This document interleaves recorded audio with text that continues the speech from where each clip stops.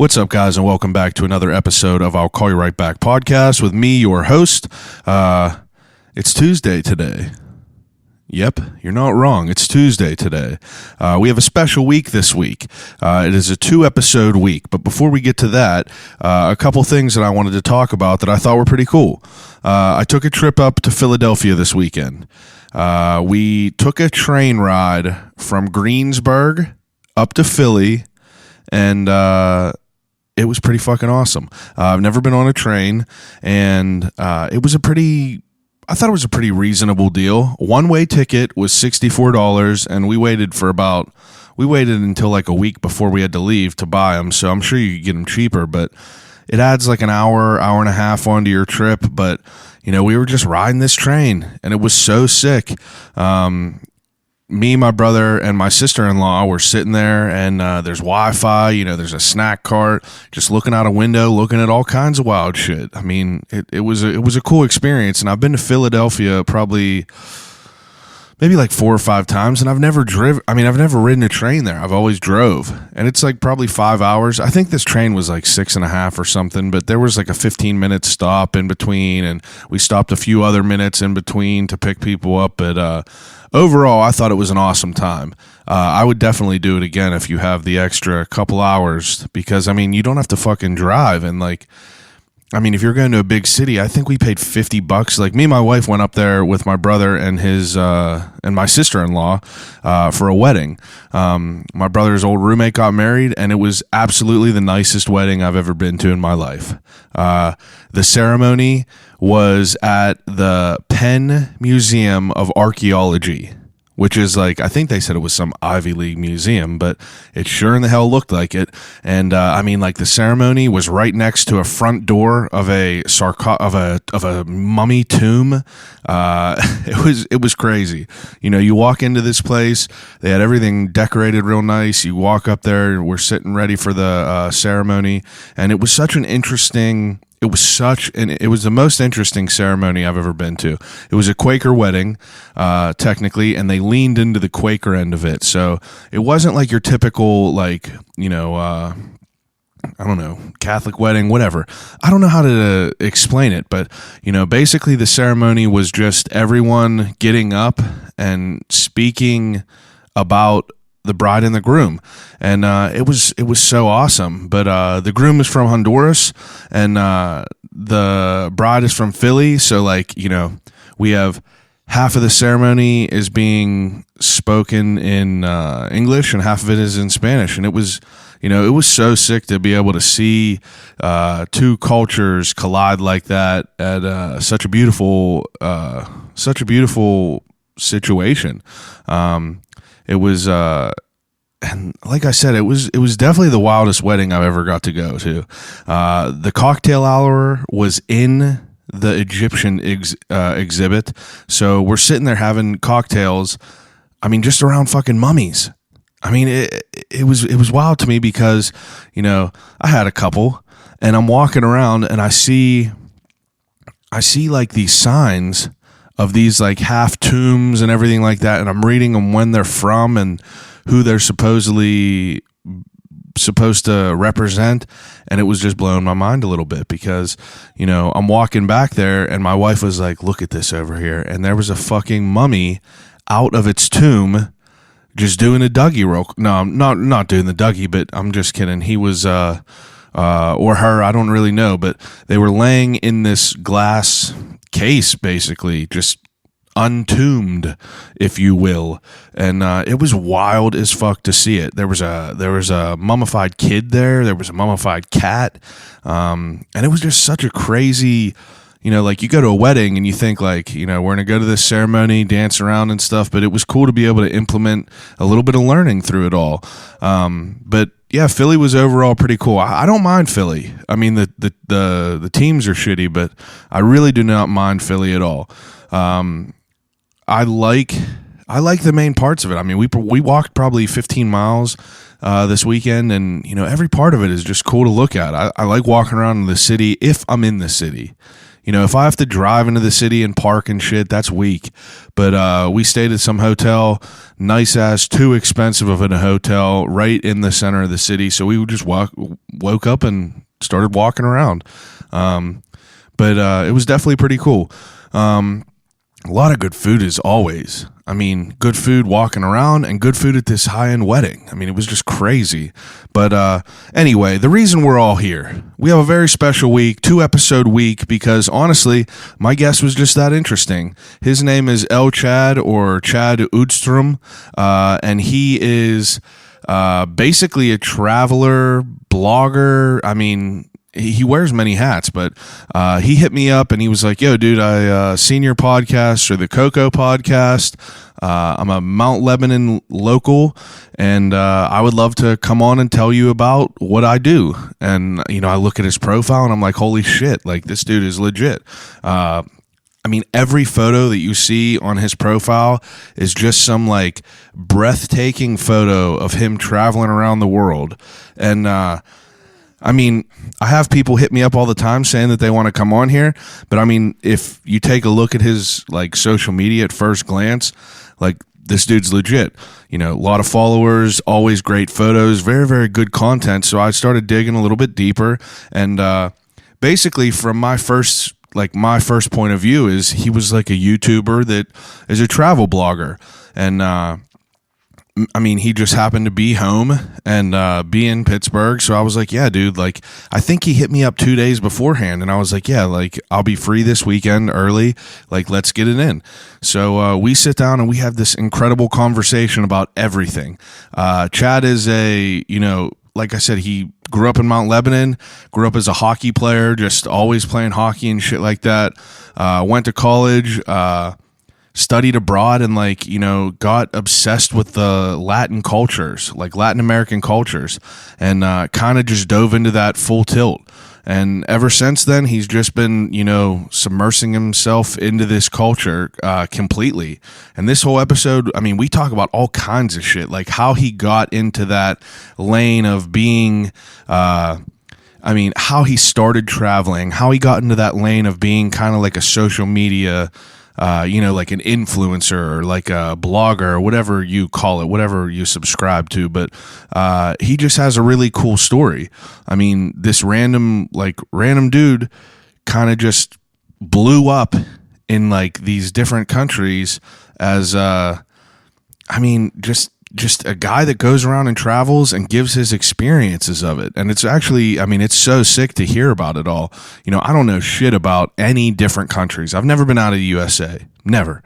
And, I'm looking to change that. But, I like hearing different people's accounts of traveling around, what they like, what they dislike, what's to look for, what's not to look for. And I think me and Chad had a great conversation. So it was over 3 hours. So I had to split it in half. So we're doing one today, Tuesday, and then the second half will drop on Thursday as usual. And then, we just keep going on for this entire month of November. There's no stopping. I got 5 episodes this whole month. And I'm excited about it, episode 94. 94 episodes, 6 more episodes till we hit them triple digits. And I'm really looking forward to it. So without further ado, episode 94, part 1 of I'll Call You Right Back podcast with Chad. I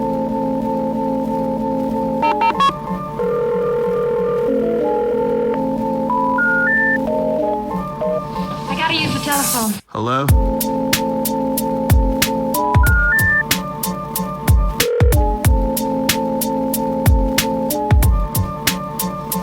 Telephone. I'll call you right back. Call you right back. Telephone. I'll Call You Right Back podcast. Now, I did a lot. Usually whenever I have people on here, I try to do as much research as I can, but yeah, I feel like this is not. You didn't have enough time. Well, I deep dove into your pages, but like a lot of this shit is in Spanish, so I can't. You just have to hit the translate button. Where? On Instagram? Yeah. They have one? I mean, You mine didn't see doesn't. it pop up? Fuck no. I gotta fix that then. Yeah, I did not see it at all. Maybe it's maybe I'm not looking in the right spot, but a lot It of your should be in the captions- bottom left corner.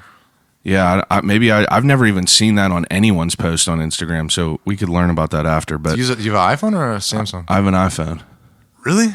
I mean, I didn't really like look that hard. I just was like, oh, there's a bunch of Spanish there. Okay, But I need to start putting my captions in English first and just putting Spanish below. It's a pain in the ass. But that's what I'm curious about because you know, I look at all these. I mean, I looked at your social media, and obviously, like you got a big ass following, and everything I saw in there was mainly directed in Spanish. So, like, is that like where your main source of followers are, and like your main audience is like Spanish speaking people? yeah, most of my followers are Latinos. Okay, Yeah. that's what I figured. But It didn't start out as that, but it definitely turned into that. And you grew up in Pittsburgh? Yeah, I'm from Mount Lebanon. Not born here. I was actually born in Texas, but my dad's from Mount Lebanon. So Yeah. we ended up moving back here when I was in 8th grade. So I was the new kid in school right before 9th grade. And you graduated from there too, and like Yes. this has been home since then, kind of. Yeah, I've always considered myself kind of a Pittsburgh kid. Okay. So I grew up on Pittsburgh sports, everything Pittsburgh. I was here all the time. It's interesting because you have a pretty like submersed knowledge of Latin American things. Like how does that even come into play for a dude that went to high school in Pittsburgh? Well, just like all of us, we all had to take a language in high school. Yeah. Just because. Yeah. But did you learn anything? I don't know what language you studied, but did you learn anything? I took Spanish for probably 6 years and I didn't learn shit. Exactly. I could say like, where's the bathroom? I could pick up like random things, but I can't remember anything. Yeah, see, that's the issue. They basically just teach you to pass. Like you're studying just to pass the class. You're not actually learning anything, and the way they teach you is just for like the standardized tests. So unless you're talking in every class the entire time, you're never going to learn a language. Yeah, my Spanish teacher was kind of psychotic too. She was she threatened people with scissors before because like they would play pranks on her. Really? To be fair, they were assholes. They like hit her laptop in the back of the room, and she like got so frustrated. She like pulled out scissors. Was like, "Where is my laptop?" She was nuts though. She wasn't that good of a teacher. Then we had another teacher named Senor who was he was more like a good friend. Like he taught more, and it was a little bit easier to learn in his class, but I didn't retain anything. No, most people don't. So I basically learned all my Spanish starting late 2015. So it wasn't, you had no ties to this before high school? No, I had studied abroad twice, but also didn't really learn anything. I studied abroad. I did like a double semester, one in Spain and another in Argentina. How old were you when you did this? 21. Oh, okay. But the problem was I was with American guys the whole time, just running around in a big pack of frat dudes, basically. Yeah. So you're not going to learn anything if you're not immersing yourself in the culture. Yeah. So until years later, it's a long story, but I was living in Pittsburgh, just was kind of not in a good place, just unhappy with my job. Yeah. Was in an insanely toxic relationship. Yeah. And kind of engulfed in like the whole South Side. Just okay. How old are you? older than people think. Oh, okay. Early 30s. Okay. That's all right. That's fine. Now, We'll say 30. Before we get too deep into this, because I feel like we're just about to take off. Okay. You have a. I mean, I'm excited to try this, but I do an opening segment with all my guests. It's called "What's in the Cup." What's in the cup? So what's in your cup that you brought? It looks like you got a fucking. Now, just from my look, that looks like a cup with like a Sherlock Holmes pipe out of it, and then you got like a cooler, and then this yerba mate Kurupi.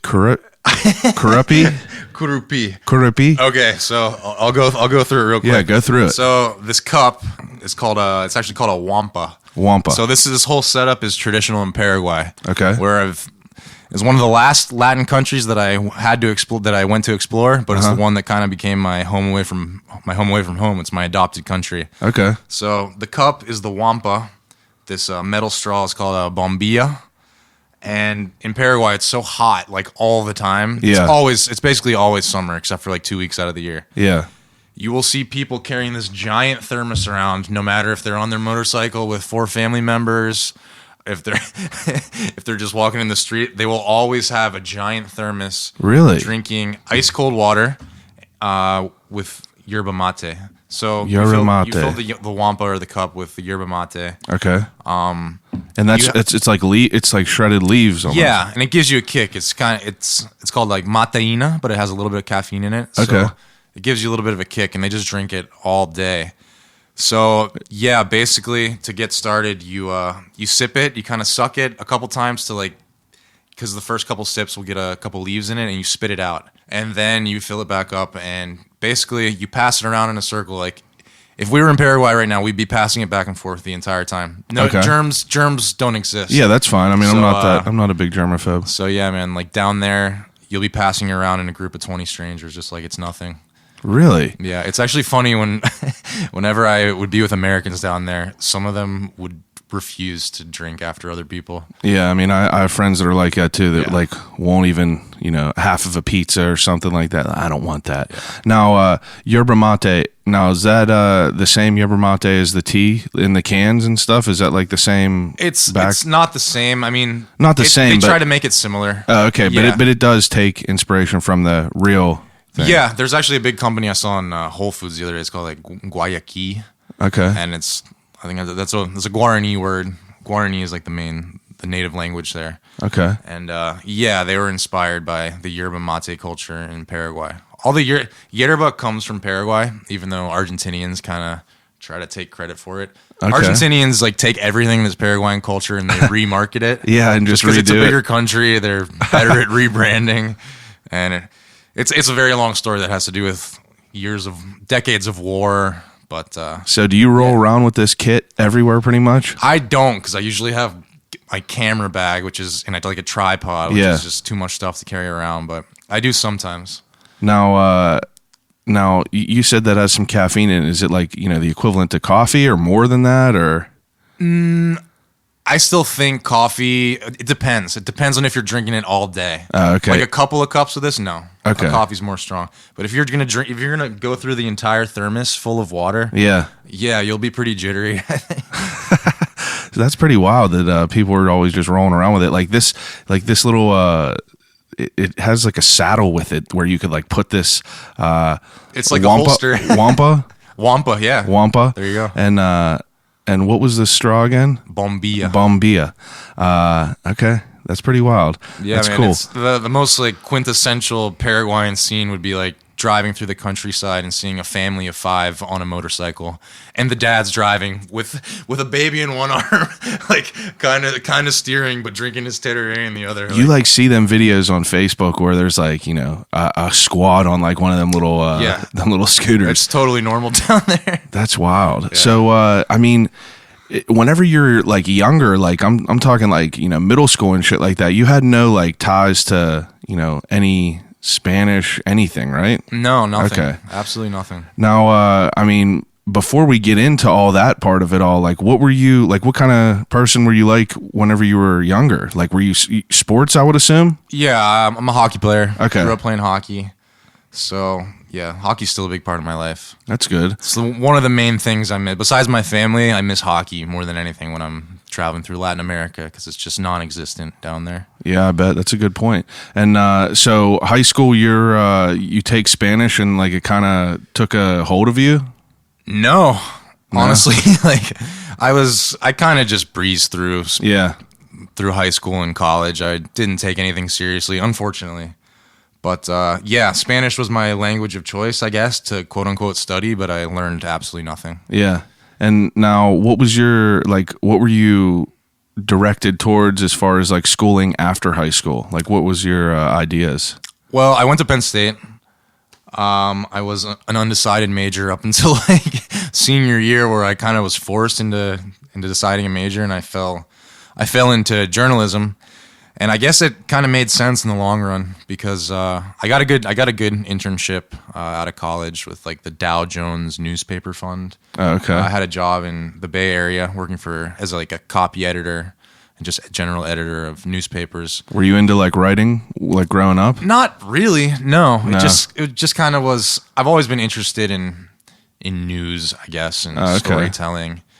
And I decided it just wasn't for me because you get paid nothing, and newspapers are dead, and just news in general is dead. Yeah, it's pretty wild. Everything's like Trump says. Everything kind of is fake news. It's all just clickbait. Yeah, it's just who can get the most clicks. It's just I notice it more and more scrolling through Facebook. You just see a headline and you click on it because it's like a headline that kind of grabs you, whether it's like something ridiculous in the beginning or not. But then you click it and you're like, fuck, like this doesn't even like have anything to do with what they're saying. People just like spin their own webs of everything. It's a lot of fear mongering.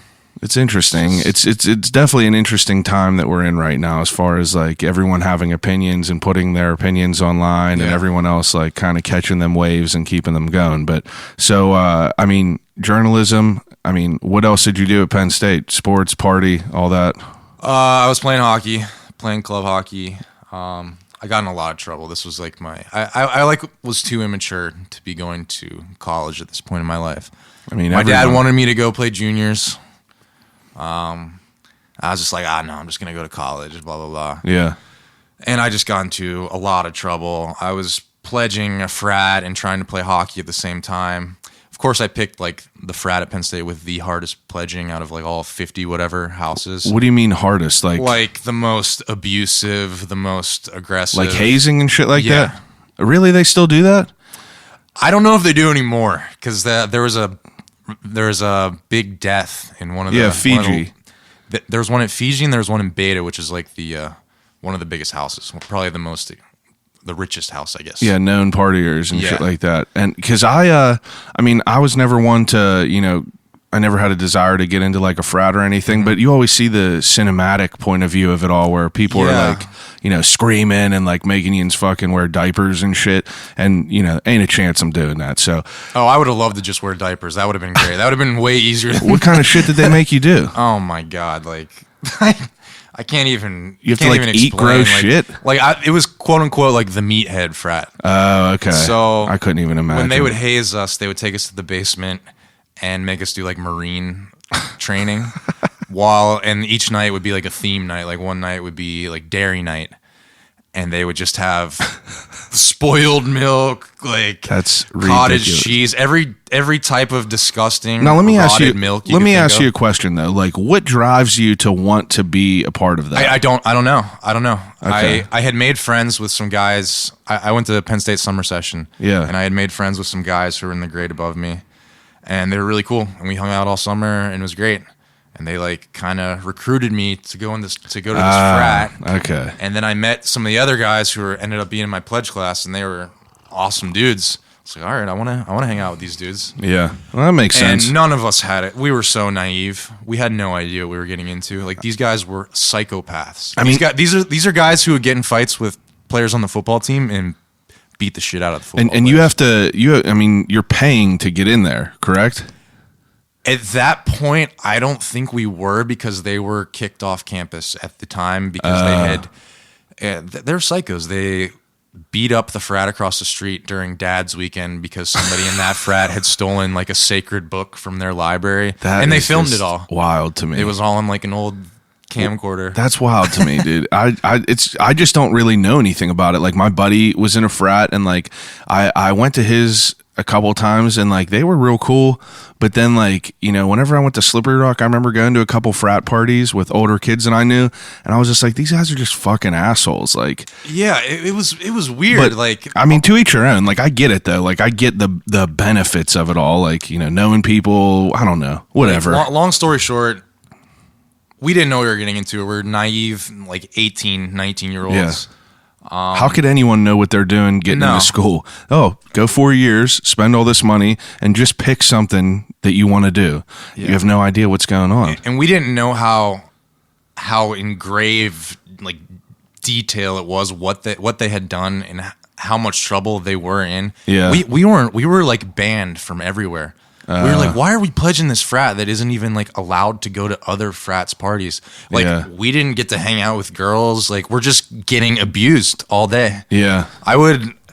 every time I was like bulimic my entire freshman year of college, because every time I would go to the frat house, they would do something to me that would make me throw up. Yeah. Every single time. I'd be like, all right, I'm going to eat lunch. I'm on lunch duties. I'm going to go there, and they're going to make me like, they had a thing called poop soup. They would make you like chug that, and you just like, who knows what was in it. Yeah, that's insane. That is wild. It's an interesting time. I don't know how we got onto that. But. Yeah, that's all right though. Now, I mean, in school and shit like that, so you study abroad. Like, how did you get into studying abroad? Like, where does that come into play? That came into play because I was just unhappy like with the whole frat thing. It was just like mentally breaks you down. Yeah. It might have been different if we would have been able to have fun like all the other kids in the other frats. Like all my buddies from high school who did other frats were like, oh, this is so fun. Yeah. And I'm over here like this is hell. Military like in military Full training, metal just, jacket. like, getting abused, and I'm like, what the hell is going on? But I mean, you said you were journalism, though. Yeah, that kind of pushed me to like get out of there. I was like, I want to go like see the world. Yeah, basically. Huh? That's pretty interesting. Yeah. So, where was the first place you went? I studied abroad in Barcelona, Spain. How'd you choose that? It was just basically some of my buddies that were older than me had gone, and they were just obsessed, raving about it. And I would still say to this day, it's probably one of my favorite cities. My buddy who travels, he's been, he taught over there for a few months, and, traveled a lot of other places. But whenever I speak to him, like, he says that Spain is, most beautiful place he's ever been. Yeah, it's very pretty. And now going over there, what did you do while you were over there? You were in school, right? That was just, to be honest, it was just partying 24/7. Oh, really? Yeah. Okay. That's why we didn't learn any Spanish. Huh. And we were rolling around in groups of, I was in an American school. That's true, yeah. I had buddies from high school who were also studying abroad there, and buddies from Penn State. Oh, wow. And I was playing hockey at the time at Penn State. So I was taking a semester off of hockey. So I was like, is there any way I could still play when I'm abroad? So I'm sure you heard of FC Barcelona soccer team. Yeah. They're like the Yankees or the Red Sox of soccer. And they have different sports teams. They have a basketball team. They have a hockey team. They have an ice rink right next to the soccer stadium. Really? Yeah. So I got in touch with the coach and the captain. They're like, bring your stuff. You can have a tryout. And I made the team. It's like the Spanish league is not very good. Yeah. Like, what is that equivalent to here? It's equivalent to D1 club hockey. Okay. Not D1 NCAA, D1 club hockey. Yeah. Which is still, it's decent. Still, yeah. But, so then I had this whole other group of friends with there were a bunch of Swedish guys on the team. Yeah. My last name is Swedish, so like I had a little connection there. Yeah, how do you say your last name? Uddstrom. But Uddstrom. They said it's pronounced Uddstrom. So in Barcelona was just amazing because I had a million friends, and it was like we're living in fantasy land. And how long were you over there? 4 months. And now my wife traveled, or she studied abroad in Valparaiso, and Chile. Yeah, she was over there, and I believe her school it wasn't an American school.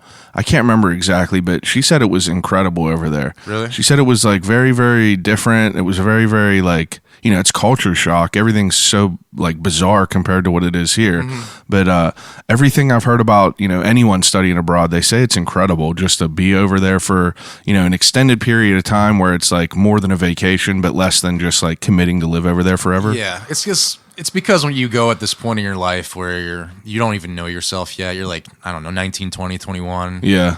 It might be your first time ever leaving the country. So it's just like, everything's just, wow. Oh my gosh. And you're probably studying in a school where you don't have to actually do that much work.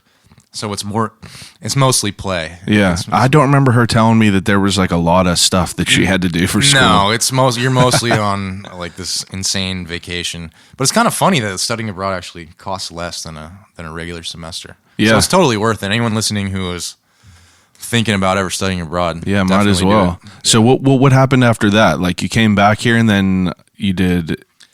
After that, I came back, finished... After that, I came back, and I went back, did another semester at Penn State, and then I studied abroad again because I was just like craving it so much. Where were you at this time? Argentina. All right. Buenos Aires. Yeah, it's different. I don't want to hate on Argentina, but Argentina and Chile Yeah. are completely separated from the rest of Latin America. Now, you said separate. Like, are you saying like as far as like? Just culturally, Chile and Argentina are completely different than the rest of Latin America. Like, is there a way to explain how without being offensive? I mean, not really. Buenos Aires is a great city. And Yeah. I would recommend anybody visiting there. It's huge. It's like 15 million people. Really? It's people from all over the planet. Now, did you travel before you've ever studied abroad? Like, were you a person that traveled with family and? Yeah, I think that's another reason why I just kind of fell into travel so much is because growing up playing travel hockey. That's a good point. Every yeah. weekend I was in Philly, Boston, New York. But never out of the Toronto. country? So, yeah, Toronto, Montreal. Oh, yeah. But nowhere like distant, like Not too distant. okay. But I mean, I travel quite a bit, and I would go on business trips with my dad a lot too when I was younger. That's cool. Driving all over the country. I think I'm missing 5 states. I've been to 45 out of 50 states. Wow. Yeah. That's pretty awesome. Now, being out there, were you like, was there any like negative as far as like getting to another country and like living there? Like, were you overwhelmed or like were you to the point in your language skills to be able to like get by over there? No, during the study abroad period, Yeah. no. This Okay. is way before I started actually like traveling for real. And like getting into it. Yeah, pretty deep. there's I would say there's about a 6-7 year gap where I was here working in Pittsburgh, and then basically my toxic relationship and unhappiness with work in, I think it was 2015. Yeah, 2015 kind of pushed me to go on a trip with a couple of buddies here from Pittsburgh. Yeah. I planned this trip with my buddies to happen the day I move out of the apartment with my girlfriend Really? in the South Side. Kind of celebrating. Basically, yeah. So basically what we did, there were 2 buddies that I knew that had a type of work schedule that they could go at the drop of the hat. Yeah. It's like a week or 2 before we were just looking at flights to go anywhere, basically. And JetBlue had just come out with these new flights, these super cheap flights to Colombia. It was like $370 round trip Pittsburgh to Cartagena, Colombia. Really? Yeah, so we're like, I guess we're going to Colombia.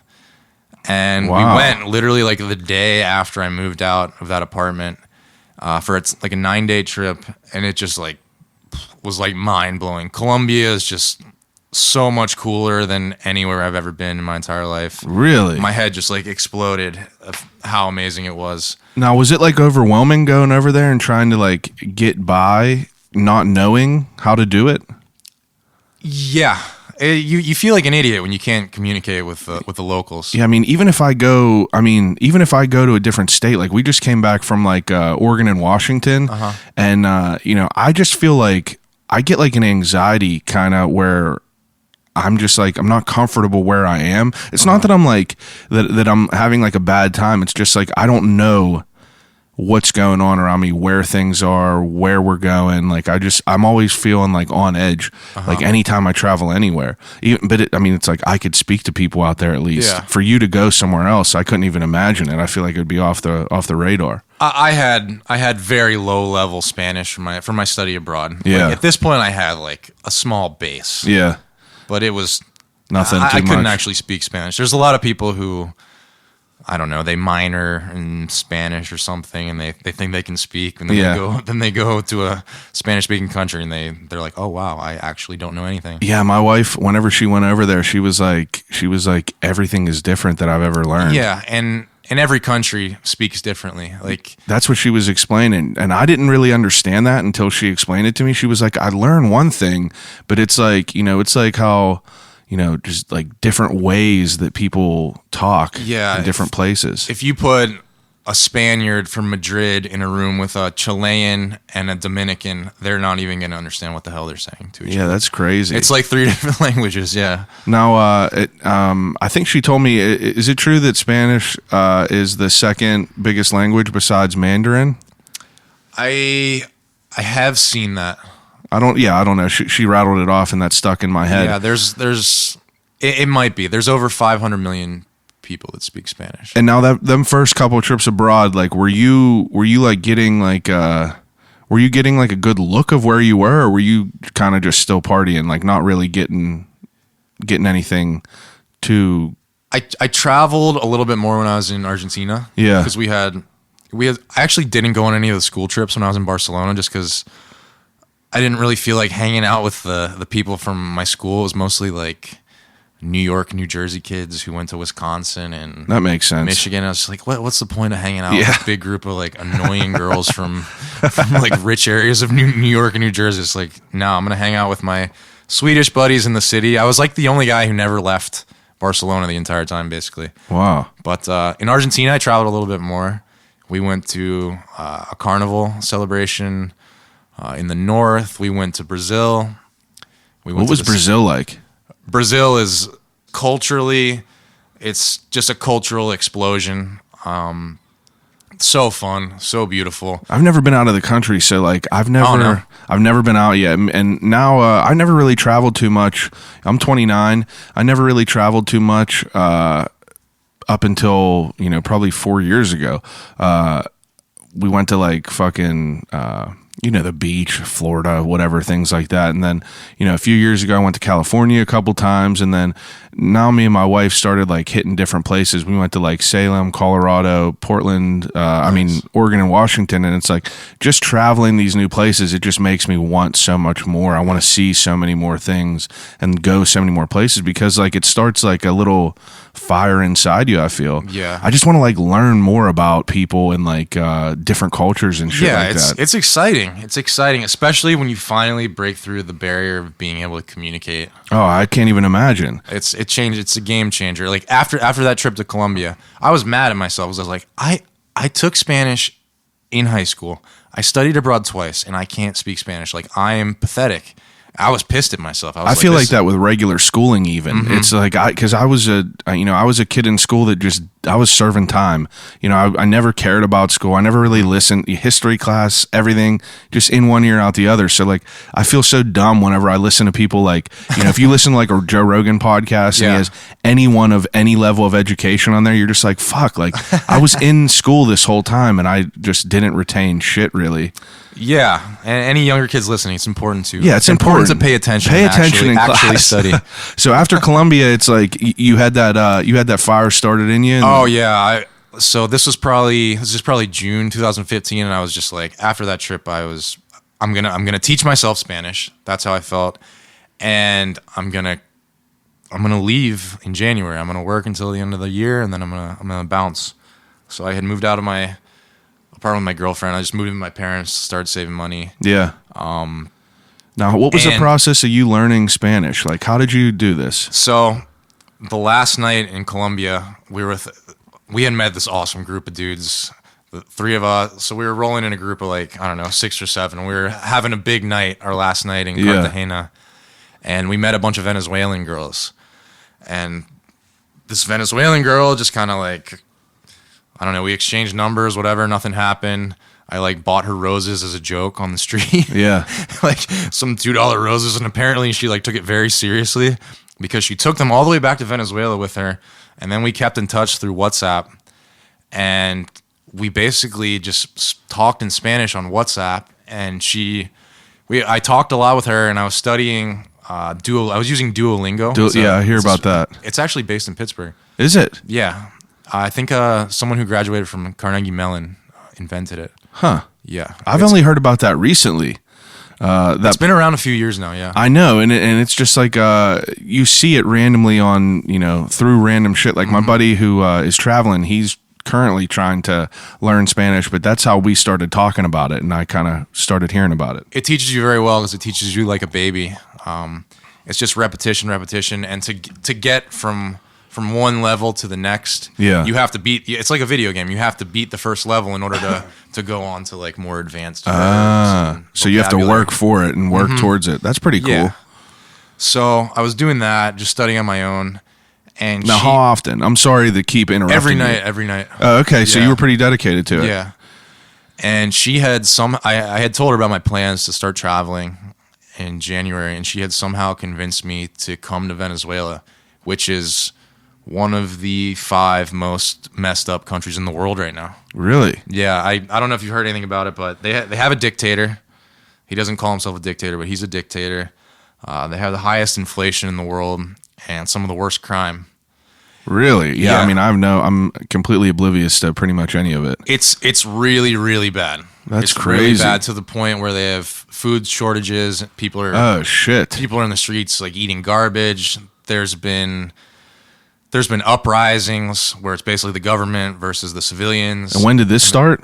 This started probably in 2014, 15. Okay. And when And were I you went in going over? 2016. So Oh shit. So Yeah, it was in the so- thick of it. yeah, it was in the thick of it. Wow. Just getting a visa was so hard to go there. But I was in my head. I was like, all right, I'm gonna create a new Instagram account. I'm gonna try to like gain a following. Kind of use this as my travel blog. So I was like, hey, if I go to Venezuela, like I might have street cred right off the bat. That's a cool way to think about it. So I was like, all right, whatever. I'll go there first and see what happens. It was crazy. Just to get a visa, I had to go through so much paperwork. I had to go to the Venezuelan consulate in New York City, get interviewed, and they're just like looking at me like, "What? Are you an idiot? Like, Now why talk- would you want to go there?" Now talk to me like I'm an idiot about this because like I don't know anything now do you have to get a visa to travel over there to just visit or It depends on which country, okay, yeah. and it depends on the situation in each country. Like, And you were right going now, you can't even get a visa to go to Venezuela because it's so messed up. Oh wow. It's just great. It gets worse. It gets worse every day. Now whenever you went over there, were you planning to like go over there to live? No, I was just planning to Okay. travel. Okay. I just wanted to do a solo backpacking trip. Okay, that makes Yeah. sense. So yeah, it was crazy hard to get the visa, but eventually I got it. I had to What fly- does something like that cost?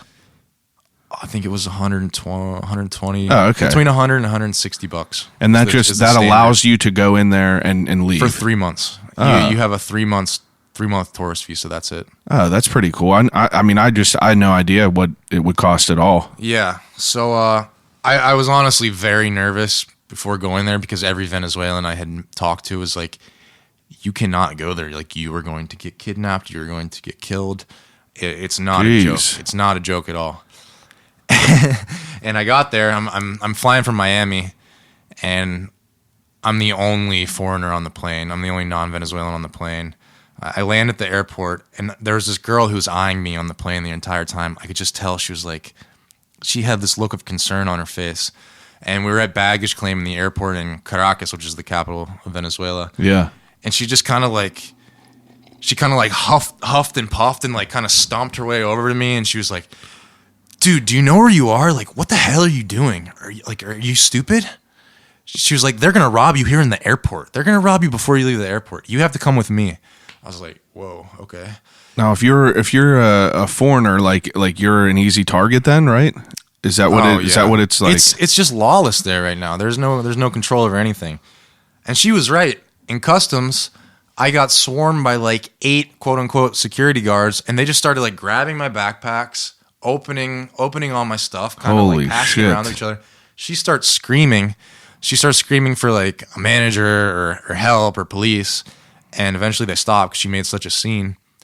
And that was my first like 20 minutes in Venezuela. Holy shit. Yeah, then I got picked up by the girl's family that I was staying with. Yeah. Which happened to be like a very wealthy, well-connected Venezuelan family. So I had a very interesting experience. I get picked up in just like a blacked out SUV, completely bulletproof. Wow. Yeah, then we go to their house, which is in a gated community. They've got like 20-foot walls around the house, barbed wire on top. Holy shit. It's no joke there. And just the experience there was crazy just because of how I think they might have hyped it up a little bit more than it actually was, but Yeah. after hearing stories and So how long did you end up being over there? I was in Venezuela for a solid month. And while you were there, did anything like super crazy happen to you? Not quite. So That's good. You didn't get like kidnapped or anything. No.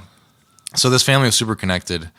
He's a big time the father in the family was a big time lawyer there. Yeah. He owns a basketball team, and he does Oh, other wow. stuff. I don't know what other stuff he's involved in, but he's really good friends with some former military high ups in the military. Yeah.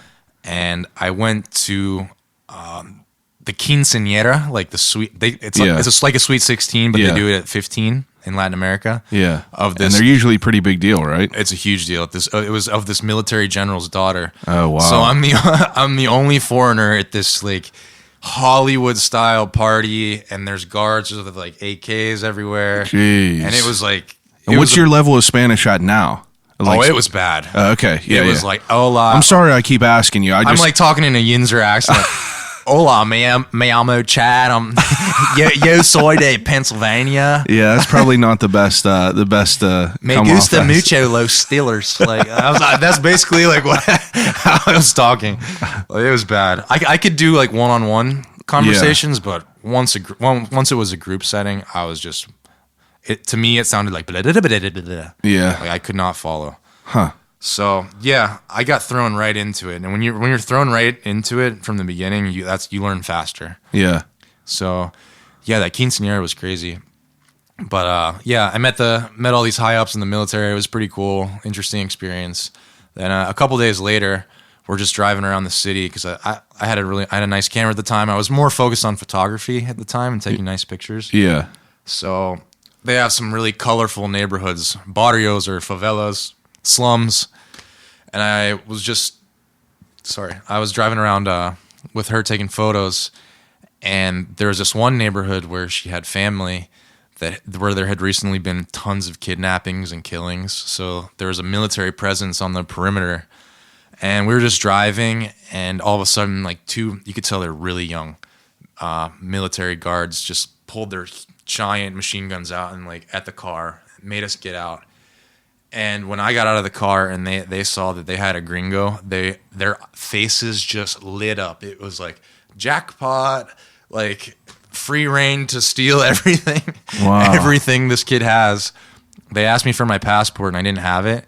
And that was basically their ticket to saying, okay, you have to give us all your stuff. Yeah.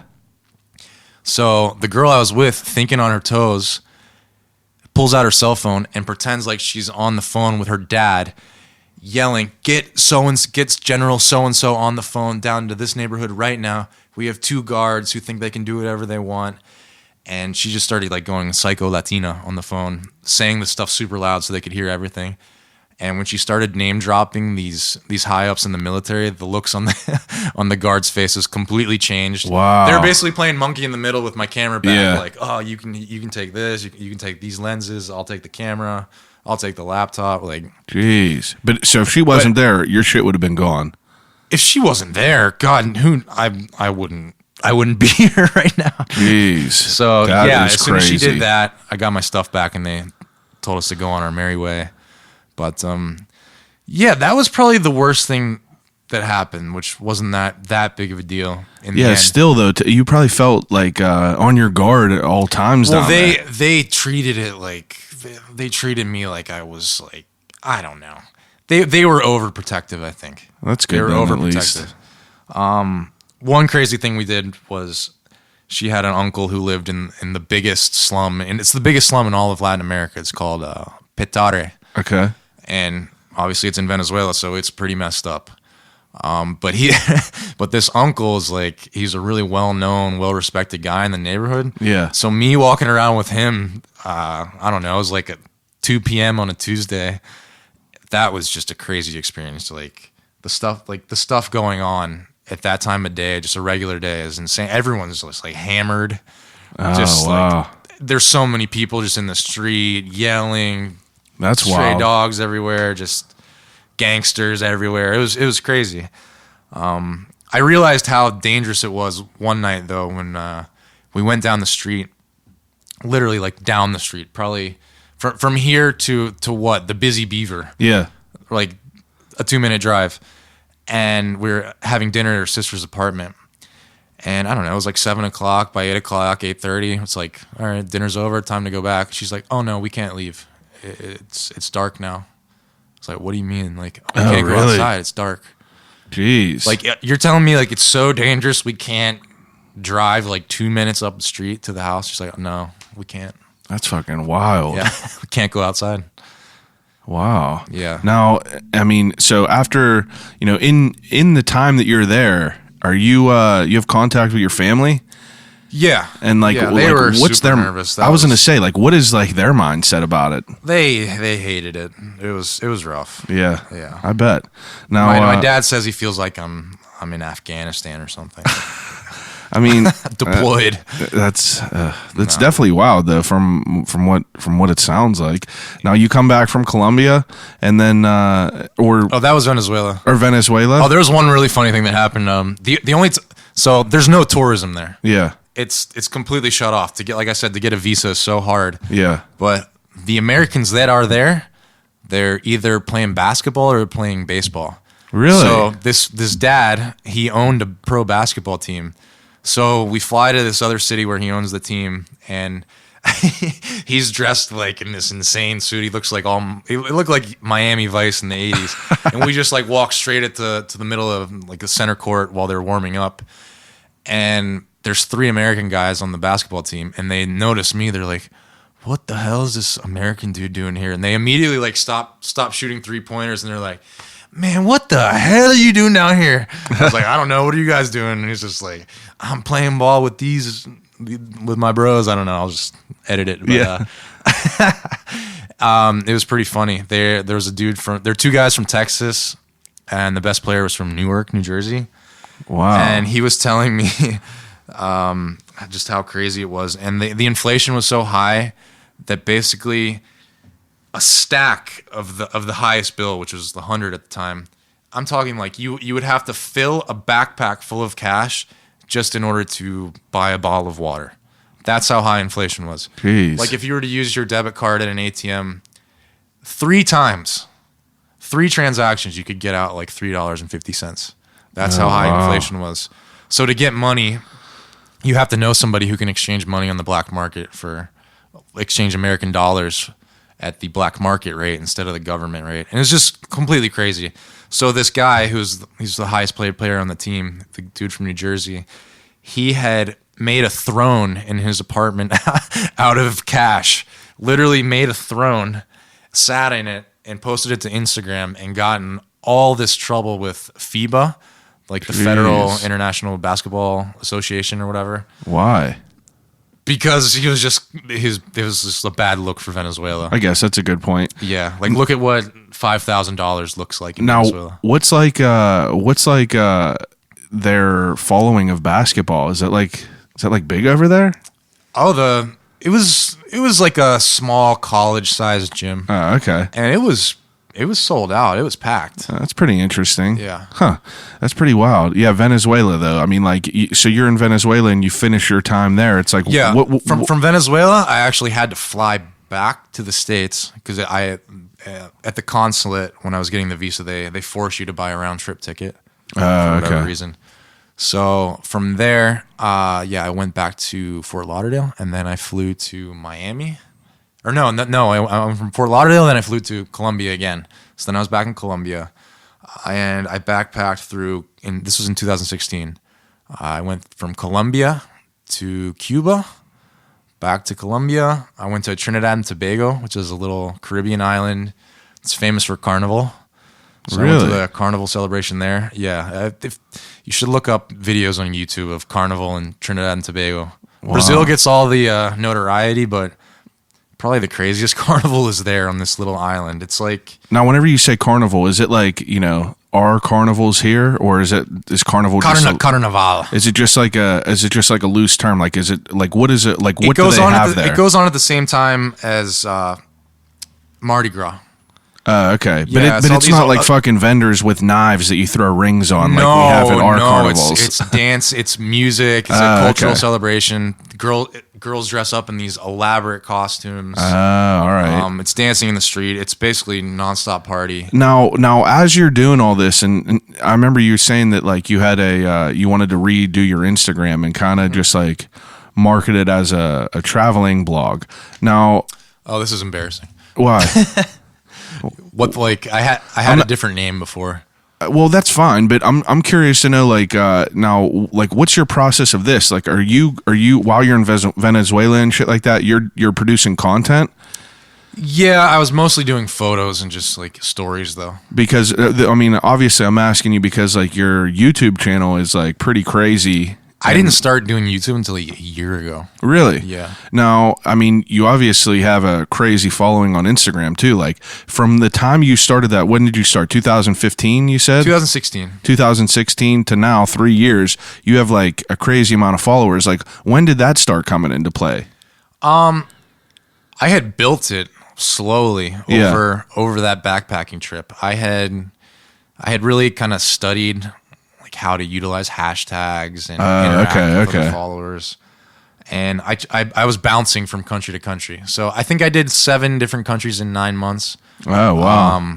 Yeah, Venezuela, Colombia, Trinidad and Tobago, Cuba, Bolivia, Peru, and Ecuador. Now, as you're I had grown little followings in all these places. Yeah. Now, as you're going through all these places, are you like being like super, super minimal and like, you know, being very, very thrifty and like kind of staying in hostels and shit? Yeah. Okay. Yeah. Mostly hostels, mostly like meeting people and staying with people there. Yeah. Or getting linked up through friends. What was I going to say? I just lost my train of thought. I'm sorry. I interrupted you. No, it's all good. Yeah, there's all kinds of different options. Like hotels weren't really an option though, just because it's too expensive to stay in a hotel. Yeah, all these different One night nights. in a hotel is the same as, I don't know, 4 nights in a hostel. And like you're going through 9 different countries, you said, in like, or how many different countries in 9 months? I think it was 7. Yeah, like that's pretty wild. And I was doing everything in English though, because I didn't speak Spanish at the time, so I had more of a U.S. base. I was interested in travel. Okay. Yeah, but I kind of got sidetracked with all that about a year and a half ago. Yeah. And are you still actively like trying to learn Spanish while you're traveling and shit like that? I learn more every day, but at this point I'm like fully fluent. Okay. Yeah. Okay. Now, you being fully fluent, is it like, I mean, you're talking about going to all these different places and having all the different styles of language. Mm-hmm. Like, are you able to kind of, you know, gather information easily, would you say? Yeah, I can. Now my Spanish is the point where I can usually tell where a person's from just by their accent. Oh, okay. Yeah, I've gotten pretty good with that. Yeah, I was listening to some of your YouTube videos and like you I mean, from... Who? What do I know? I mean, I don't speak a lick of it, but you sound pretty good. Yeah, I sound like an American. I sound like a gringo. Well, I'm sure you always will, but I would say in the next 3 years it'll fade. Yeah. So yeah, it's pretty random. So after I did that backpacking trip, I kind of finished. I'm gonna take a sip of water. That's all right. I had grown a decent following. I probably had 20,000 followers at this point. Really? That quick? In about 9 months. And it's like you utilizing like hashtags and shit like that and kind of just interactions with different people. And I used to take really nice photos. Like I don't anymore just because that doesn't... Instagram's changed. People don't care about how pretty a photo is. Yeah, everyone has seen the same beautiful photo of Machu Picchu or... Yeah, Chichen Itza. Wherever. Like, it's the same stuff. People care more about the person in front of Machu Picchu, the person in front of Chichen Itza. Yeah. They want to like live vicariously through the person. Yeah. So I've kind of like I used to take like nice landscape photos that I thought were really nice. Now, if I post a freaking like a picture with my dad the other day, like got like 11,000 likes, like that was taken on like an iPhone 7. Like that, it makes me angry. That's a good point though. That's a good point as far as like, you know, me and my buddy were just talking about this. Like, it's so like social media is so fickle because it's got to be the right time, the right amount of people got to get to the picture in like the first few minutes for it to start catching something. And then like you post something that you think is incredible and it gets nothing, you know, 14 likes or something. Oh yeah. And you post another random thing. The longer the caption, the less likely people are going to read it. And it's more complicated for me because I have to do it in English and Spanish. Yeah. That's a good point, I guess. Yeah, it's frustrating. So you realizing that, you know, the photos weren't like the way to go, like, did you have any interest in doing like vlogging type? I always thought it was an interesting idea, but I didn't really know how to get started. Yeah. So basically, my 9-month backpacking trip was coming to an end because my sister was getting married. Okay. My sister was getting married here in Pittsburgh. So I was back in Pittsburgh. I think it was probably like October 2016. I was kind of feeling like I was back at square one. Yeah. Gotta find a job again. I started looking for jobs again. And this guy who had hit me up before when I was in Peru, hit me up again. I kind of ignored him the first time because I was just like, I had started to get a lot of weird messages from people. Like what do you mean? I have gotten some pretty weird DMs. Like how so? Like people like I don't even like. That's a broad way to say. I know we're in the States and it's like 2019, but I had gotten. I would get more messages from gay guys than girls. That's understandable. And I had gotten some pretty creepy stuff. I would get pictures sent to me. I had a Mexican guy draw me a drawing of my feet. Oh wow! Yeah, he had he told me he has a book of drawings of his favorite people in the world of their feet. Wow! And he said, I think these are what yours would look like. And he was like calling them like wide and like soft. Wow. I was like, Jesus I joke Christ. with my wife. I say I'm gonna make an Instagram account and start selling her feet pics so we could buy a nice house. Really? Yeah. If that's what you're into, hey, there's nothing wrong with that. But I wasn't into it. There's an account on Instagram right now called Jail Feet. Jail feet? Listen to me. It's these larger woman's feet, like a big size foot that just has these crazy jail tattoos on them. And I'm talking like thousands of followers. Just post a picture of her feet, get thousands of followers, people commenting. Like, it is wild. There's some weird niche very, stuff. very weird shit. But yeah. So this dude told you got a drawing of your feet. Yeah, and I was getting all these weird messages. I had a Colombian guy like try to trick me into setting me up with like two beautiful Colombian girls, but really he was trying to lure me to his house. Oh wow. So I get a message from this guy. Like, he's an American guy, but he's living in Peru. And he's got some like really pretty boy photos, and I'm like, this guy just wants to hang out, and like, I was just like, all right, no, I'm like, I'm sorry, like I'm on my way to Ecuador, like maybe we can link up next time. I shouldn't have judged him, but at this point, I was getting all this weird stuff. Dude, I would be so judgmental. I was over it. Yeah, being out there, like I feel like that everything you would have to do would be like you. I mean, I would trust no one traveling. Even though like that's I think is what my most interesting, like my biggest interest. Like, do you know who Ari Shaffir is? Mm-mm. Ari Shaffir is a comedian who's friends with Joe Rogan. That's the only reason like I know of him. But he is like someone that like got rid of his phone, like just has a flip phone. He'll just like go backpacking. Like he went to like Thailand and all these different places for like 9 months and just like went away. And like he does these podcasts about how he talks about like how you have to kind of be like all right with being vulnerable, and you have to put your trust in some of these people, especially if you're not able to communicate. And you know, just thinking about like me going out and like having to like put my trust in random people, because like who the fuck knows, like you could go there and, you know, trust someone and then go somewhere and you wake up with like tied up somewhere. Like I've seen the Hostel movie. You know what I mean? Yeah. I mean, I think I've learned in my travels that most people are good. Yeah. Most people are good natured. Most people want to help you. I think I'm also a lot of people want to get something from you. Yeah. But most people in general are good natured. So this guy hit you up, and then he ended up being all right. This guy hit me up, and I was just like, I'm not in Peru anymore. I was still in Peru. Yeah. I was like, I'm leaving for Ecuador. And I was leaving for Ecuador in like a week, but I didn't end up linking up with him. Anyways, he hit me up again. Fast forward to, this was probably in like, I don't know, July. Yeah. Fast forward to October. I'm in the States. I'm back in Pittsburgh.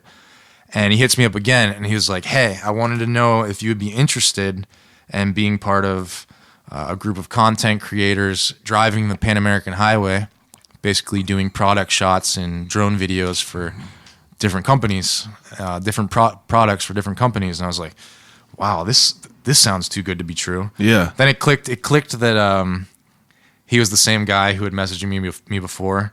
I was just like, all right, whatever. Like, we'll do a Skype call with him and his buddies. And he had sent me a document. He's like, I can send you a documentary that my buddies did doing something similar around Europe. And they sent me like a Google Drive link of this documentary that wasn't released yet. And I opened the video, and it's like all these just like floppy haired, blonde haired, blue eyes kids with like grins from cheek to cheek. And I'm just like, what? Something is off here. Like these dudes are weird. And I was just like, just the way the introduction of the movie was so bizarre. These kids are like bizarrely happy. And then the title comes in. It's like The Mormon Connection. Oh, wow. Yeah, they're just Mormon guys. Like, yeah. Mormon people, I've learned, are like the nicest, happiest people on the planet. Yeah. Wow. Yeah. So it just turned out that it was a group of Mormon content creators from Salt Lake City who were going to drive the Pan American Highway. And at this time, I was kind of like looking for a job again, but I had this. But I'm getting offered this paid trip. Oh, so it was like paid. It wasn't just like go backpack through. No. Here. Okay. So I'm like, you know what? Screw it. I'm gonna go live in a van with these Mormon guys. So flew to Salt Lake City. Met the guy who originally messaged me, and his buddies, and we basically finished building like the bunk beds in this van. There are 2 bunk beds on one side. There's a couch on the other side. Like a Sprinter van almost. Mm-hmm. It was a Sprinter van. It was like a Frankenstein Sprinter van. It was a Mercedes. It was a Mercedes Sprinter van, like taken from the junkyard, like redressed as a Dodge. It was a Frankenstein van, but it turned out being just a gem. So we left from Salt Lake City, started heading towards Texas, towards the Mexican border, and I just felt so weird. Like I just felt like I was with middle schoolers just because they're so proper and I'm not used to that. Just like instead of saying like what the fuck, they're gonna say what the freak. And like shoot is like shit is darn. Shoot. Yeah, darn. Like what the heck? Like everything's just heck and now. Let me ask you a question. Frick. You said that these guys messaged you. Where were they at whenever they messaged you? Like, he was back in Salt Lake City. Oh, that's where they lived. He was living between Salt Lake City and Peru. Okay. I thought you meant that like he messaged you over in Peru and you were going to go back that way, but I don't know. I didn't put it together. The trip was down the Pan American Highway, finishing in Peru. Okay. That was our final destination. So yeah, it was really weird at first. I was having a bit of troubles. I was just having a lot of like self-loathing. Like, what am I doing with my life? I'm just like living in a van with 3 strangers who are just have nothing in common with me. Now, how was that? It was terrible at the beginning. Yeah, because I was just thinking like, what are you doing? When we got to the border, we got to Laredo, Texas, and this was kind of like my last opportunity to bail. Yeah. I was this close to being like, I don't think this is for me. But then the other side of my head, I'm thinking, oh, don't be such a pussy. Like you have to at least go to Mexico. Yeah, right. Yeah. So we got to Monterrey, Mexico, which is a beautiful city. So nice. Doesn't get enough love.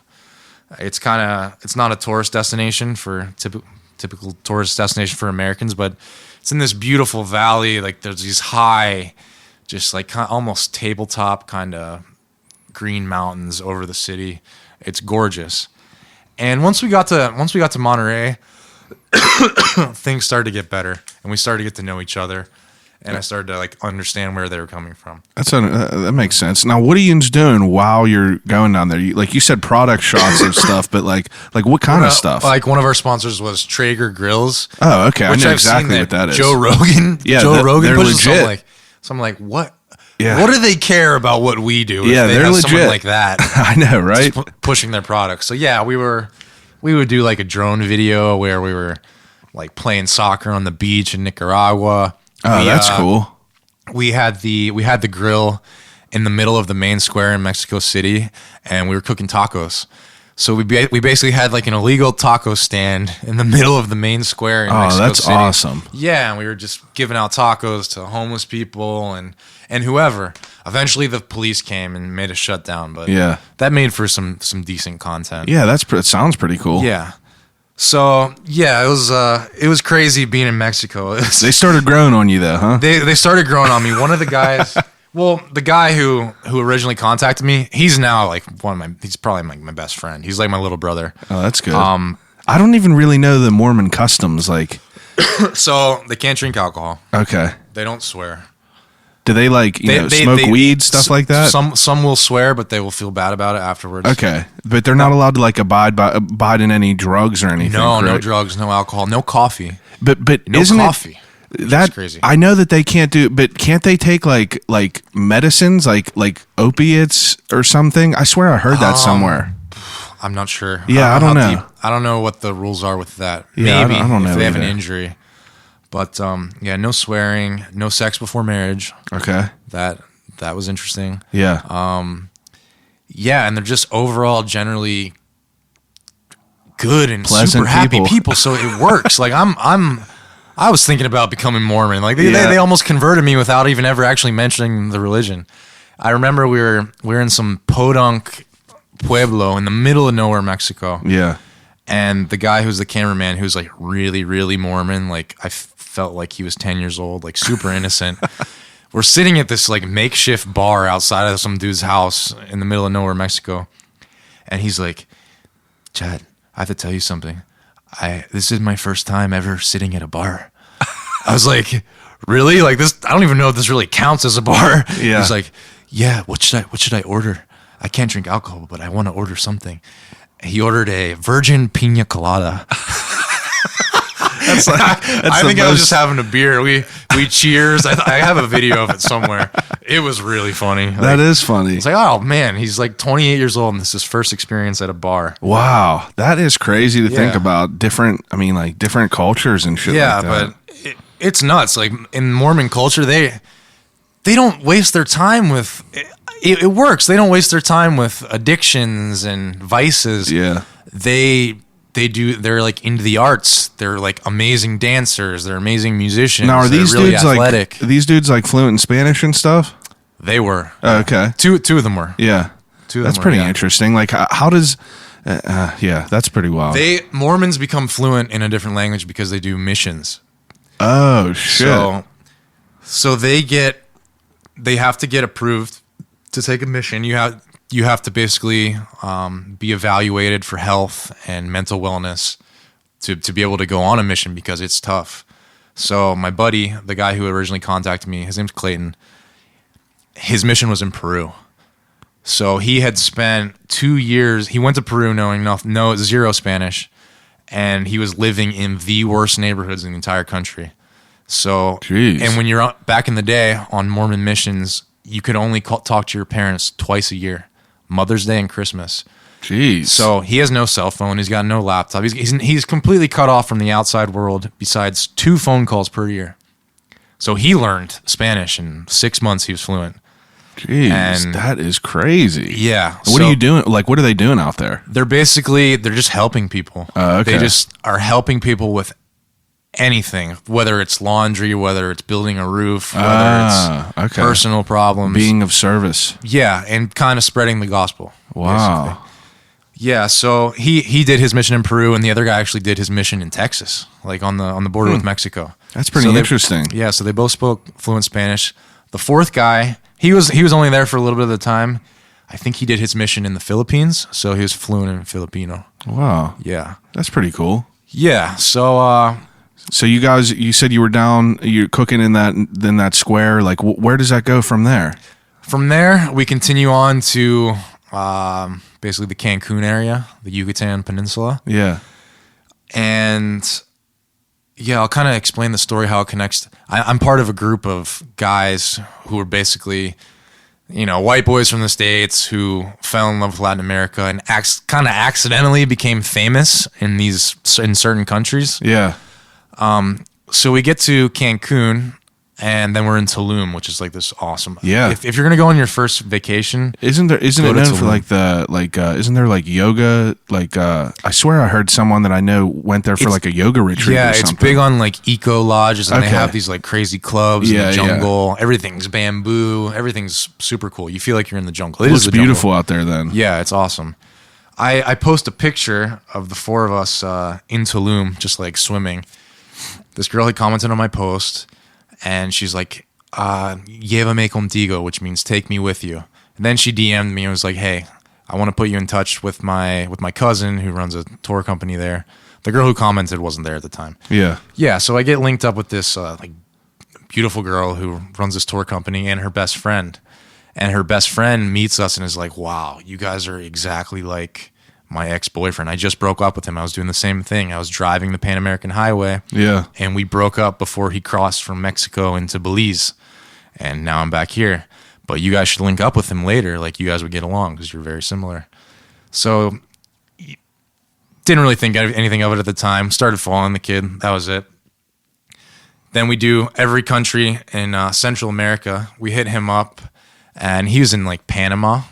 And we were thinking we were going to cross paths in Panama. Yeah. But he had left, and he was already on his way to Colombia. So, yeah, we do all of Central America. I don't need to get into full detail, I guess. Nothing too crazy happened in Central America. Didn't feel that safe in Honduras, but I'm actually going to be going back there. Oh, are you? In December. My brother's best friend, he's from Honduras, and I'm going to his wedding this November. But I've only heard the stories of like how crazy it is. Like he doesn't go back a lot because he's like, I guess his family is like wealthy, you know, kind of high up in there. And whenever you were saying like they had 20-foot walls and shit like that, it was kind of like that. He said he had like armed guards taking him to school. He doesn't go back because like he's afraid of like being kidnapped and like being held for ransom. Yeah, Honduras is the most similar place to Venezuela. It's pretty interesting. Hearing his like growing up in it. Yeah, it was definitely a wake up call when I was there. I had set up a Tinder date with some girl. Oh, geez. And yeah, I didn't even think about that. Yeah, we were like getting ready to go out, and then she called me like crying. I didn't even know this girl. I just met her. We just exchanged numbers. Yeah. She called me crying. She's like, I can't come anymore. My best friend's dad, he's been kidnapped for a couple days now, and they just killed him. He was being held for ransom. He was like a guy he's a CEO at some company. Holy shit. And it happened so often, she almost didn't think anything of it. Yeah. Yeah, I mean. But they ended up not paying it in time, and they killed the guy. And I was like, wow, this is my intro to Honduras. Yeah, like he told me random things like that, and I'm just like, geez, like that is crazy sounding. Yeah.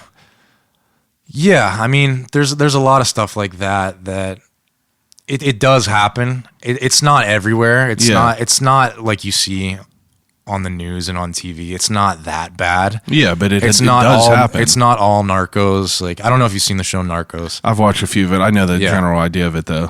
Yeah, I mean, that's one thing that a lot of people lump all Latin American countries kind of into the same category as like everything's Mexico. Yeah. No, it's not at all. Everything is not Pablo Escobar. Everything's not Narcos. And do not speak, if you go to Colombia, do not speak Pablo Escobar's name or go there to really? Don't go there looking to do cocaine. Or I don't know, look for hookers, like contributing to all the problems. That country has had the biggest turnaround since the Pablo Escobar days. It's insane. Really? That was the most dangerous place in the world during his reign. Wow. Now where he's from, Medellin. Yeah, Medellin. It's a beautiful city. It's unbelievable. Huh. It's so nice that too many Americans are moving there. Really? And a lot of Americans with bad intentions, like older single men basically looking to prey on young girls. Yeah. And it's becoming a huge problem. Wow. Yeah. That's crazy. Yeah. And a lot of people go in there just because the show Narcos is so popular that they want to go like live the Pablo Escobar experience and kind of like pretend to be him. You don't even want to speak his name when you're there. I dated a girl from Medellin for, I don't know, like 6 months. And her dad was from Cali. So back in the day, it was the Cali cartel versus the Medellin cartel. Pablo Escobar's cartel. And her dad was shot in the face by one of Pablo Escobar's men. Holy when he was shit. in Cali. Yeah. He survived. Oh, wow. He survived. So I had said something about Pablo Escobar in front of her. Like, I was trying to make a joke. Yeah. She turned around and slapped me across the face. Oh, wow. She's like, you don't know anything about what you're talking. So she's not that old. She's probably 25. She remembers she remembers what happened and the leftovers vividly. And her father was involved in it. And after he got shot, he like, lost his mind. He's not the same person. Yeah. So she's kind of like lost touch with him. She talks to him on the phone every once in a while. But yeah, she told me that story. Like, my dad got shot in the face by one of Pablo Escobar's gang members. That's wild. Yeah. So it affected everybody. But it turned around to be like a great place. Yeah. Wow. Thanks to like really very rare good politicians. Huh. Help turn the city around. That's pretty interesting. You would never even think about it. You know what I mean? And they're proud of it. Like, people from Medellin are proud of it. They're proud of the 180 that the city has taken. And like, if you go on their metro, it's the cleanest metro I've ever been in my life. You will not find a speck of dirt. Wow. Because people take care of it. So they're proud of it. And there's great universities there now. Just like, the culture's amazing. It's a really fun city. That's pretty wild. Yeah. Now, you said you went to Honduras, and then you said you went through, other places. Like, I kind of lost track because it all kind of it does all kind of mix together because they're separate trips. That's all right. But yeah, we had gotten in contact with this guy who's doing the same thing as us. Yeah, and we actually did end up meeting up with him in Colombia. And now, whenever you say same thing, he's like, kind of like an influencer type. Yeah, he's doing. He was more like me. He was documenting. He was doing travel blogging, mostly in English. Yeah. And he was way more advanced in Spanish than I was. Now, at this point, you're still having more of an American following? Yeah. Okay. Yeah. So we meet up in Colombia and just like hit it off, have a great time together. But he was traveling really slowly, so we didn't link back up till later. Yeah. And I don't know, fast forward a little bit. We're in Peru. We're finishing the trip. And I had flown back to the States just briefly just to see my family. And I had met up with, I was in Miami, and a buddy from high school had seen my Instagram story. He's like, hey, I'm in Miami too. Like, we should meet up. I'm with my Paraguayan girlfriend and her whole family. I'm like, oh, Paraguay. Like, I don't know. I've never met anyone from Paraguay in my life. I know nothing about that country. Yeah. I think for most of the world, Paraguay is just kind of like this blank space on the map. It's everyone like, what is that? Like, just the jungle. For sure. Yeah. So I meet up with him. The Penguins are in the Stanley Cup playoffs at the time. Ooh. So we went and we're in Miami. We go to a sports bar and we're watching the Penguins just kick ass with like 15 Paraguayans. And they were awesome. They were so nice. At this point, I could speak Spanish. At this point, I was speaking pretty decent Spanish. And they're like, unbelievable that you speak Spanish. Like, you have to come to Paraguay. You can stay with us, blah, blah, blah. So fast forward a couple months, probably a month, I'm back in Peru. And we're traveling again. We linked back up with that guy, Ford, who we linked up with through Instagram. And the three of us travel around Peru. And then I'm kind of feeling, again, like, all right, maybe I should just kind of live in Lima, for the capital of Peru, for a little bit. I really like Lima. Yeah. It's a big city. It's kind of a cosmopolitan. Is this still city. Like photos on Instagram? Are you doing videos yet or anything like that? We were doing drone videos. Okay, but not like the videos that you have on there where you're talking and. No, I was not doing anything like that. Okay. So yeah, at this point, I'm just kind of like, all right, I'm going to teach English for a little bit. And this is 2017. This is now 2017. Okay. Yeah. So I'm like, I'm going to stay in Lima, teach English for a little bit, whatever. We're living with this indigenous Peruvian woman who is from the border with Bolivia, and her family owns gold mines. That's basically all I knew about her. She lived with the Mormon buddy. They were roommates. Yeah. So that's all I really knew about her. This woman like never talked. She never spoke. Jeez. There's this weird thing with indigenous Peruvians and Bolivians. It's really sad, is that they feel below white people. Really? So she would never look me in the eye. Like, I'd walk in the door and be like, I'm gonna change her name just because I'm gonna get to that. Okay. We'll call her Guadalupe. Okay. I'll be like, hey Guadalupe, like, what's going on? She would just like shudder and stare at the floor or pretend to look at her phone and be like, she'd like giggle and be like, hola. Like, what? Why can't you talk to me? Why can't you look at me? It's because they have this like crazy complex with that's pretty race. wild to think about that. Yeah. So I'm there living I'm living with her. Started teaching in like a little bit of English with my buddies. The one buddy, Ford, who we met in Colombia, he's still in like full traveler mode because his goal is to get to the end of the world, which is southern Argentina, Ushuaia. So he's kind of getting antsy to leave Lima, and I'm just kind of like trying to stay and hang out. He's on his way. He's getting ready to go to Machu Picchu. We come home one day, and we see a police report on the coffee table, and it's like it's Guadalupe versus the state of Peru for money laundering. Oh my word! And other crimes. So we're both just like looking at each other like, oh shit, we're living with a legit criminal. And how old did you say this lady was? I thought she was older. It turns out she's like 32. I thought she was like 50. Oh wow. Yeah. She's young. And so we start kind of freaking out because we would help her out, like going to pay the electric bill, pay the phone bill. We would go to the bank to pay a lot of bills because she didn't want to go. And I thought I was just doing her a favor. But really, she just didn't want to leave the house or be on camera. Yeah. And I had thought it was weird that she had left the house a lot without her phone because she was on her phone 24/7. So now, as soon as we see this police report, it all starts to click, and we're just like, "Oh my god!" Like we're living with like a full-fledged criminal. So we confront her about it, and she starts giggling like, hey. We're like, "How much money are we talking about here?" And she's like, hey, $21 million. Oh my god! Just like, oh my god! Like we're gonna be implicated in these money laundering crimes. God knows what else she's involved in, whether it be drugs, human trafficking. Who knows? Yeah, geez. My buddy was like, "I'm out later. I'm leaving tomorrow. I'm gonna drive to Machu Picchu." He left the next day. I stayed like another week because her court date wasn't for like another week or so. Yeah. And then I bounced. I flew to Bolivia, and my buddy met up with me in Bolivia, and he had his car, so we were driving around Bolivia. I had been there before, and I had done all the same stuff we were doing, and I was just kind of like, you know what, I'm over it. I was basically in Bolivia just to kind of be away from what was going on in Peru. Yeah.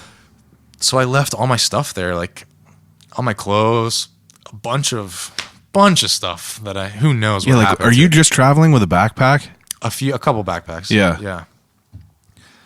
So yeah, I left my stuff there and with the idea in my head that I was going to return in like a week or two until all the stuff blows over, until I find out what happened in court with this woman.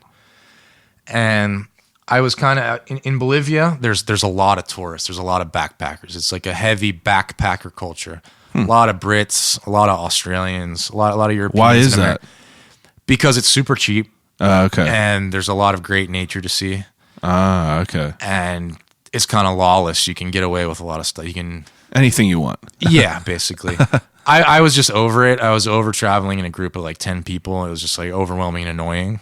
And waiting up for people and people shit. were kind of fighting, and they were going to go on their way to Chile, and it was freezing, and I had already kind of done that route before. So it's like, you know what? I'm going to do something completely different. I'm going to hit up that Paraguayan family. And I'm going to go east. I'm going to go east to Paraguay. So I took like 40 hours of buses. Jeez. To get there. I had to spend 2 days in the capital, which is, I think it's the capital, Santa Cruz, which is the most modern city in Bolivia, and get my visa to go to Paraguay. Then I get to Paraguay, and I was just like blown away. It's this country that no one knows about, no one talks about, mostly because Paraguayans don't leave. Yeah. They don't really It's immigrate. because is it incredible there? Is that why? It's just the nicest people on the planet. Okay. Like I was treated like a king there from the second I got there. I was like, why is everyone so nice to me? It's because they don't get any tourists. They don't get any foreign tourists. So instead of like kind of like shunning you away like some of the other places, these people kind of embraced you being from somewhere else. It's completely different than that's cool. It's completely different than its neighbors. Brazilians are very welcoming. Yeah. But Bolivia, Argentina, Chile, not so much. Yeah. They have their own culture. They kind of stick together. They're not as open to tourists because they get more tourists. That's interesting. Yeah, so a country like Paraguay, they're just generally like very warm people, and it's so fun there. Like I was single backpacker at the time, so yeah, obviously I was going to go out. I'm one of the daughters in the family I was staying with. She was like, I don't know, 23, 24, so she was fun to hang out with her and friends. Went out a lot, and it was just great. It was crazy. And then I like rented a car and started traveling around the country by myself. And there is like absolutely zero infrastructure for tourism there. Okay. I'm talking like I'm going to like these amazing waterfalls, and I'm the only person there. Really? Mm-hmm. Wow. So it's not like you go to a site and there's a bunch of people taking it's photos. like you go to some farm. It's some farmer that owns it. It's not even government property. Most of the best places, and you just pay him like, I don't know, $2, the equivalent of $2, and then you go to this incredible waterfall. And there's a bunch of places like this in Paraguay, but now, how are you hearing about all these places? Is it just you looking like online? hardcore research, honestly, because there's not much information available. Yeah, that's why I asked, because I'm curious if it's not like we went over there and there's just millions of like fucking pamphlets and whatever to just tell you where things are. Not if you're going, if you're going somewhere, Paraguay, I don't even know if there's a tourism agency there. That's I don't pretty think wild. there is. There's a government tour. There's a government board of tourism, but as far as like tour groups, actual travel company, I haven't really heard of one. Now, what's like the cost to like go around there? Like, it's super cheap. Oh, is it? Okay. Yeah, it's super cheap. Renting a car is not that cheap. It's probably equivalent to the States, just because there's not that many people renting cars there. Yeah. But basically, I started taking a lot of really good photos in parts of Paraguay that Paraguayans don't even go to. They're like, oh my God, I don't even know my own country. Like, I want to go here. I want to go there. Yeah. So the government starts to take notice of my Instagram account. And I was only planning on spending like a week there, but I ended up spending like a year. Really? Yeah. So the government started taking notice of my social media, and I started gaining like a lot of Paraguayan followers. And I had my first TV interview. And I was so nervous. I was like sweating bullets. Like, how long after you got there you had your first interview? A month. And how does this even happen? People just, I don't know. From Instagram, they contacted you? Yeah. Oh, Social wow. media is super popular in Paraguay. And it's a small country. It's only 7-8 million. So stuff gets around really fast. Yeah. Mm-hmm. Wow, that's pretty cool. Yeah. So I had this TV interview and went really well. And then the next day, I get invited to like a way bigger show. It's basically their version of the Ellen show. Oh, wow. Yeah. And that went super well. And what kind of shit are they asking you? Basically like how you came to be here and what they're like, why Paraguay? Like, why do you like Paraguay so much? Yeah. They just can't wrap their heads around why an American would like it so much. Yeah. And there's a lot of reasons. It's the people, for one, the friendliest people in the world. The culture is really interesting. They have the most messed up history of war of any country in the Americas, really. It's beautiful. It's a gorgeous country, but no one really knows it because no one goes around seeing it. No one visits it. And I just loved it. And I love the fact that I'm like the tourist. There's no other tourists. The only other Americans there are people in the Peace Corps and people at the embassy. Oh, that's true. Yeah. And they have no desire to get out there and kind of produce content. Not really. Well, there is actually one guy from the Peace Corps who's now he's a pretty good content creator there. He actually speaks the native language, which is really freaking impressive. Oh, wow. I know a little bit, but Yeah. he actually speaks it fluently. That's pretty cool. Yeah, just from living in the countryside. Yeah, Paraguay is a very interesting country compared to the rest of Latin America because the native indigenous language is the principal language. Spanish is actually technically the second language. Oh, so wow. when you're in the capital, you hear more Spanish. But when you're in the countryside, which is 90% of the country, you hear more Guarani, which is the native language. Now, if you're fluent in Spanish, are you able to understand some of it? No, Okay, it's so- complete. It's okay, like yeah. It's like I'm sorry for people that are listening and they're thinking like, you're ignorant as hell. no. It's an Amerindian indigenous language. It's kind of okay. related to the Mayans and the Quechua of like Peru, Colombia region. Yeah. But it's completely different. It's like how would like Now, instead, how are you instead able of saying like how are you doing, which would be like ¿Cómo estás? Yeah. Or ¿Cómo están? Like if there's a group of people, they say "Mba eshapa." Oh, really? Yeah. Like Wow, it starts so with, it's and it starts with nothing- an M. No, it's absolutely nothing Yeah. to do with Spanish. Wow. So in Paraguay, they speak a mix of both languages, which is called Jopara. So they get made fun of by their neighbors for being a bilingual country, but speaking both languages poorly. Yeah. Which is true. Just because that's how it is when you mix a language. Yeah. When you mix two languages. So yeah, I start getting invited to all these TV shows, and I got the full spectrum of TV shows, from like serious government programming to news talk TV shows to like an Ellen type show that's a more laid back, a little more fun, Yeah. a little more goofy, to like a full on gong show where there's girls in like string bikinis dancing. Really? There's like rappers, like full on just chaos. Wow. And unfortunately, I actually went to that TV show more than the rest, just because they invited me every single week. It was it was called El Gran Show de Sábado, like the big show of Saturday. And it's just an absolute shit show. But it was so fun as like a single like backpacker. All of a sudden I'm having this like crazy experience that a typical traveler would never get. So I was like, obviously I'm going to go. Yeah, for sure, right? Yeah. But Now, from doing that, I got sucked into like this like celebrity culture there. They call it farandula, which means show business. But it's basically getting yourself involved in like gossip and tabloids. Okay. Yeah. Now, while you're doing this, now are you working to like make money while you're doing this? Or are you like living off savings and shit? Savings, and yeah, I was working.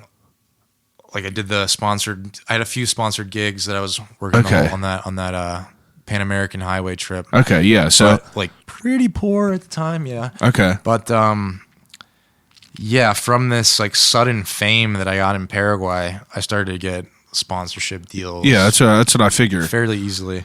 Yeah. Yeah, I got a bunch. So yeah, I started to become like a TV personality there. And my buddy, the Mormon guy, who is the Peruvian gringo. He's the famous American in Peru. He was like, dude, you got to just make some YouTube videos. Be the Paraguayan gringo.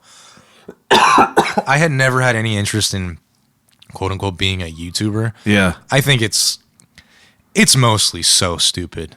Like the fact that young kids, like I see teenagers nowadays, they worship these morons. Yeah, I'm not one of. It's not part of our generation. We missed it. Thank God. We did miss it, and it's I see all this now about like how popular things are, how kids are just like watching like video gamers and shit like that, and I think it's just so bizarre to me because like I have no.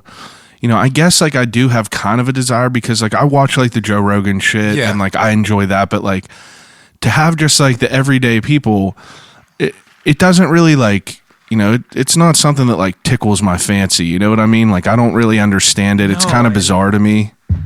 And they're mostly like no talent ass clowns, just morons. Like I know. I think of like that Logan Paul guy. You know what I mean? Like whenever I think of like a YouTuber type person. He's like the classic frat boy, jackass. Yeah.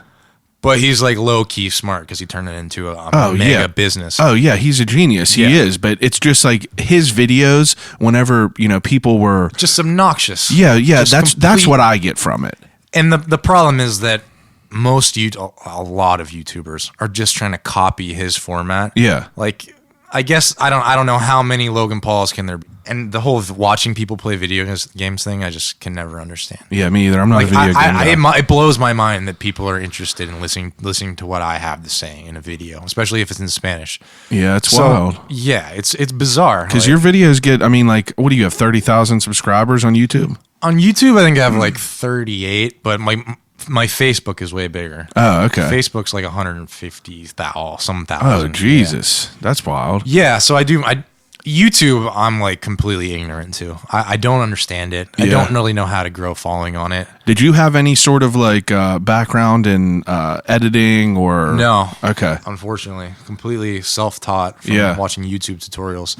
Now those are good YouTubers. The guys who teach you how to edit and the people that teach you how to do something. Literally anything you want. I Googled how to replace my automatic car antenna on my 92 Buick. And, I Googled the make and model, and there's just a guy in a farm, some old guy with a shitty phone tells you exactly how to do it. And that's wild. That's what the definition of a YouTuber should be. Yeah. Yeah, I've learned a lot about YouTube. And But you started I haven't learned making- enough. 'Cause You I started still making haven't figured it out videos, yet. though. Yeah. So I started vlogging. I started making some videos where I'm like sitting in front of the camera, and I did that. And I remember the night. I think it was in like June of last year. Yeah. I had already had a YouTube like account just because I had one, just to watch videos. Yeah. So I basically turned that into my YouTube page, and then I created a Facebook fan page, and I literally like launched them both the same day. And I kind of directed all my followers on Instagram in my stories. I was like, listen, I'm going to make a Facebook page and a YouTube page today. I'm going to upload a video. Please go follow me and share it. I would really appreciate it. I did that. I went to bed, and I saw the video. It was like, I don't know. I got like 50 followers on Facebook. I was like, oh, that's kind of cool. Went to bed, woke up, like 15,000 followers. Really? The video has like 500,000 views. And you said right now your Instagram had how many followers around? Oh, at this point, I probably had 50,000. What are you at right now? 140,000, I think. Who's counting though? I'm just kidding. But like these people, like you woke up and had that big of a jump. Yeah. Wow. That's the power of the share button on Facebook. That's pretty interesting. Yeah.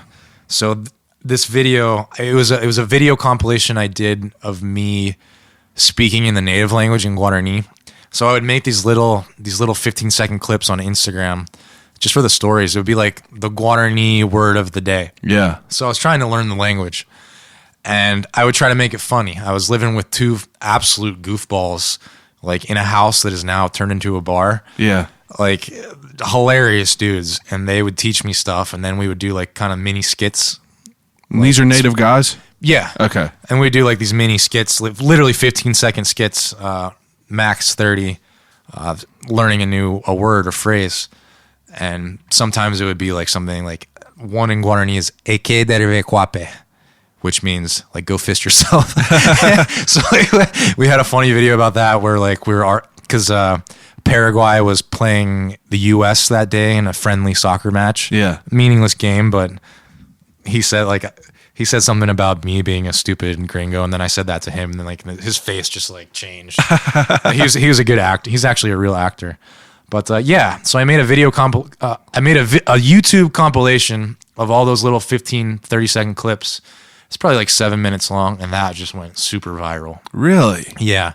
I woke up in the morning with like every news station in Paraguay contacting me, every magazine, newspaper, and I was like, overnight, I was like, instead of gringo, they say Yankee down there. I was the Yankee Paraguayo. Wow. And then like it just blew up. Then I made a few more videos that went viral, and I just like basically anything I did was viral at this point. Yeah. Yeah, and overnight it was like I would go out, I would go walk in town, and everyone's stopping me to take selfies, and I'm like, what is going on? This is Really? the weirdest thing in the world. That's Yeah. crazy. Chad, and I had changed my Instagram name because people didn't know what my freaking name was, and it was driving me nuts. I had a really embarrassing name before. Can you tell me what it is? It was the Bro Abroad. The Bro Abroad. Yeah, so the story behind that. Hey, don't make. Yeah, of course, a dude named Chad is like the Bro Abroad. So I know, it's fucked up. I don't even drink, but like you always see the memes are like Brad and Yeah, Chad. what happened? What happened to our name, man? It's terrible. It's completely unfair. Now, is El Chad a play off of Charlie's Angels? It's whatever. I had. But you know what I'm talking about, right? Yeah. So what happened was with the whole Bro Abroad thing. There's this really, really successful travel blogger out of California. Her name is The Blonde Abroad. Oh, okay. Beautiful blonde hair girl from San Diego who has been killing it. She's been travel vlogging for like 10 years.